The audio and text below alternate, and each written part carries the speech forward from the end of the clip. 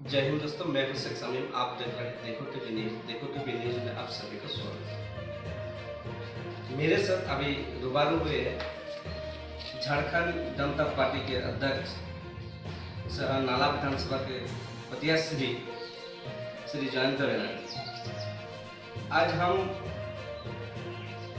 कड़वा सवाल पूछेंगे और सर ने मुझे मीठी मीठी बातों से उस सवाल का जवाब दें।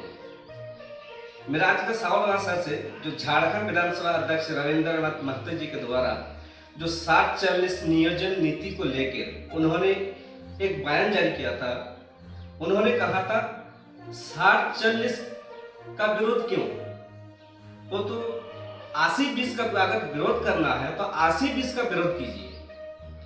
ये 60-40 नहीं, 80-20 का विरोध करिए। उसी के बारे में बात करेंगे। तब तक आप देखते रहे देखो टीवी। सर सबसे पहले देखो टीवी न्यूज में आपका स्वागत है। नमस्कार।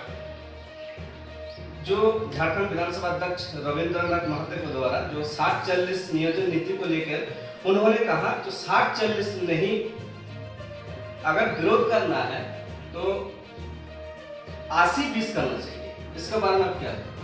देखिए, सबसे पहला बात तो ये सरकार जो 60-40 जो नियोजन नीति बनाई है, ये तो पहले 60-40 तो पास हुआ नहीं है। ये बनाने का जो प्रयास कर रहा है और इसको 9th शेड्यूल में 9वीं सूची में डाल के केंद्र के पाले में गेंद डाल दिया है कि आप इसको संशोधन करके इसको 9वीं सूची में डाल दीजिए ताकि एक लॉ बन जाए।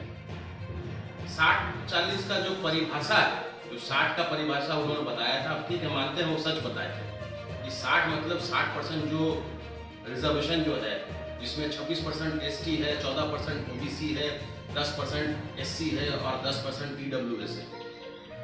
तो ये हम मानते हैं 60% का जो वो कर रहे हैं कि सब सही है। मगर क्या झारखंड में सिर्फ वो रिजर्व आदमी जितना है वही लोग हैं, बाकी आदमी लोग नहीं है? हम लोग क्या बेकार का आदमी है?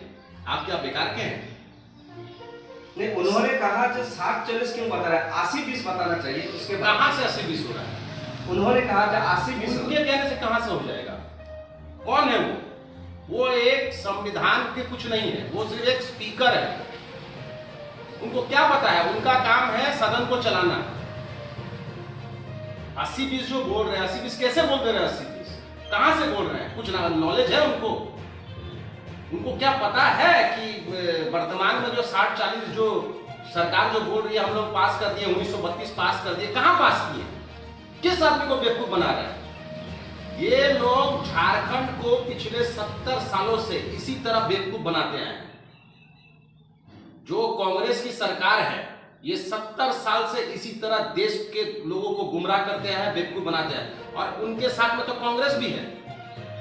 तो कांग्रेस के साथ में जब सत्ता हासिल किए हैं और बैठे हुए हैं, राज्य को चला रहे हैं, उनको खुद नहीं पता है कि 60-40 पास हुआ है ना 80-20 पास हुआ है। और वो जो भाषण दिए हैं कि 80-20 का विरोध के लिए 80-20 है, 80-20 कहां से हो गया? 40% में तो अन्य राज्य के लोगों को भी अप्लाई करने का दिया गया है, उसमें झारखंड के लोग भी अप्लाई करेंगे। तो वो तो रास्ता खोल दिए हैं बाहरी लोगों को लाने के लिए। हम 60-40 क्यों होने दे झारखंड में? 22 साल का हमारा राज्य है। नवंबर महीना 2015 नवंबर 2000 में हमारा राज्य का स्थापना हुआ है। ये मात्र 22 सालों में राज्य में अभी इतने बेरोजगार लोग हैं। वो बेरोजगार लोग कहां जाएंगे? स्थानीय नीति ठीक से नहीं बना पा रही है सरकार। स्थानीय नीति का कोई हिसाब किताब नहीं है। हर चीज में वो चले जाते हैं, गेंद सेंट्रल के पाले में डाल देते हैं, राज्यपाल को दे देते हैं। क्यों नहीं विधानसभा के अंदर ऐसा कानून बनता है जिससे हमारे राज्य के लोगों को, युवाओं को, क्षेत्र यहाँ के जो बेरोजगार युवा है उसको रोजगार का कुछ आशा क्यों नहीं, उनको कुछ स्थायी व्यवस्था क्यों नहीं करते?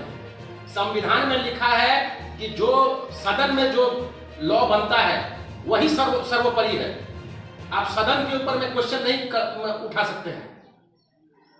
देश का सदन पार्लियामेंट हो या हमारे झारखंड का विधानसभा जो है उसको हम लोग संविधान मानते हैं। तो वहां पर जो भी चीज बनता है, जो कानून बनता है, उसको सर्वोपरि माना जाता है।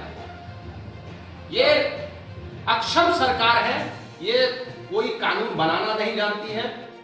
अगर ये कानून, अगर यहाँ पे अगर विधायक लोग शिक्षित होते, विधायक लोग अगर जानकार होते, तो आज हमारे राज्य में इतना इतना बेरोजगार युवा इधर उधर नहीं घूम रहा होता, सब रोजगार कर रहे होते।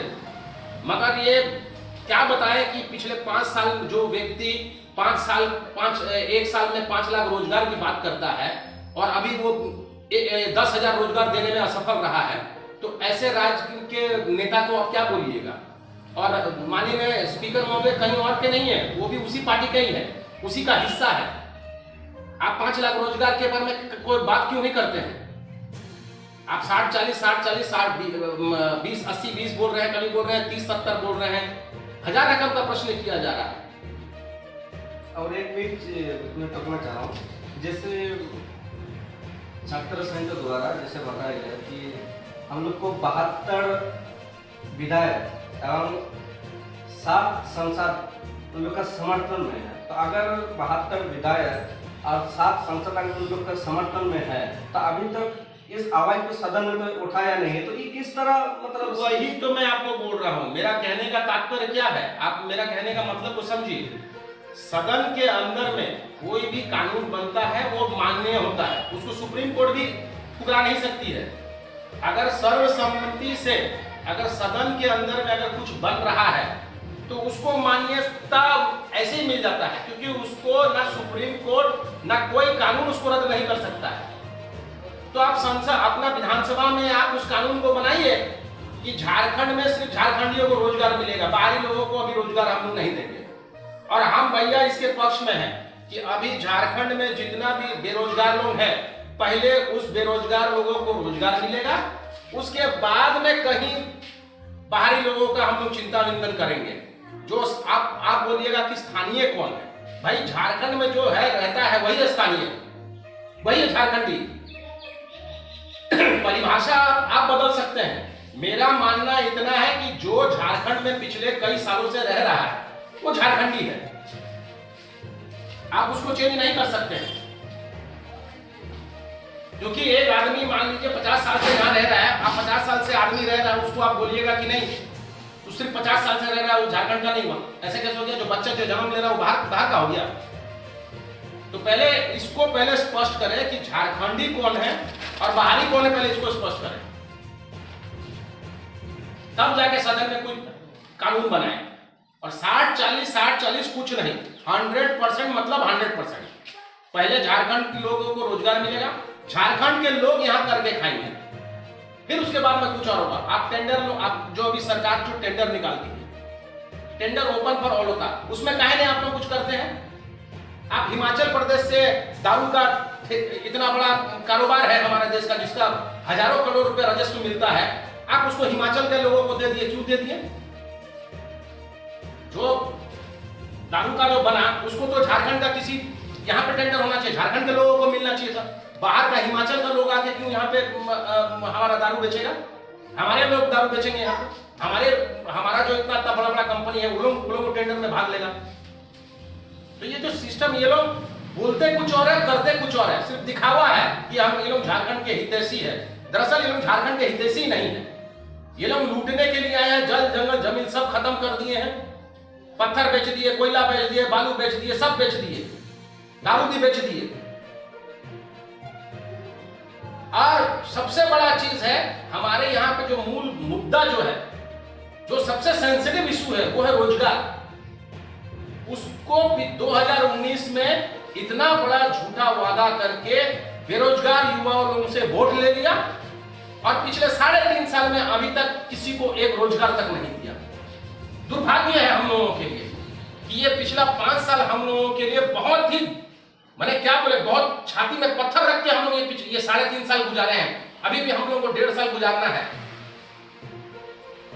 और जिस तरह से राज्यपाल के ऊपर में जिस तरह से टिप्पणी किया गया है स्पीकर महोदय के, वो भी बहुत ही, मैंने क्या बताया, दुर्भाग्यपूर्ण है और बहुत दुखद है।